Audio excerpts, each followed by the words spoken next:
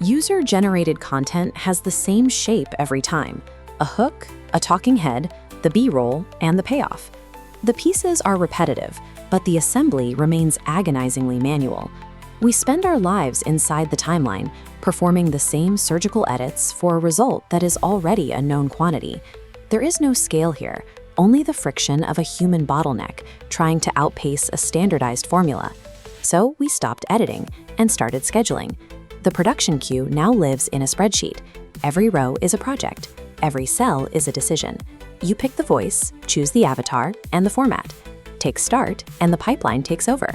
One engine fanning out into 3 distinct architectures: the UGC style, the ad, and the podcast. A Vision AI gatekeeper watches every single frame, discarding the errors before they ever reach the light of day. It is no longer about trimming clips. It is about orchestrating output. The sheet is the UI, the pipeline is the renderer. Animation production, finally at the speed of generation. nmediaservices.com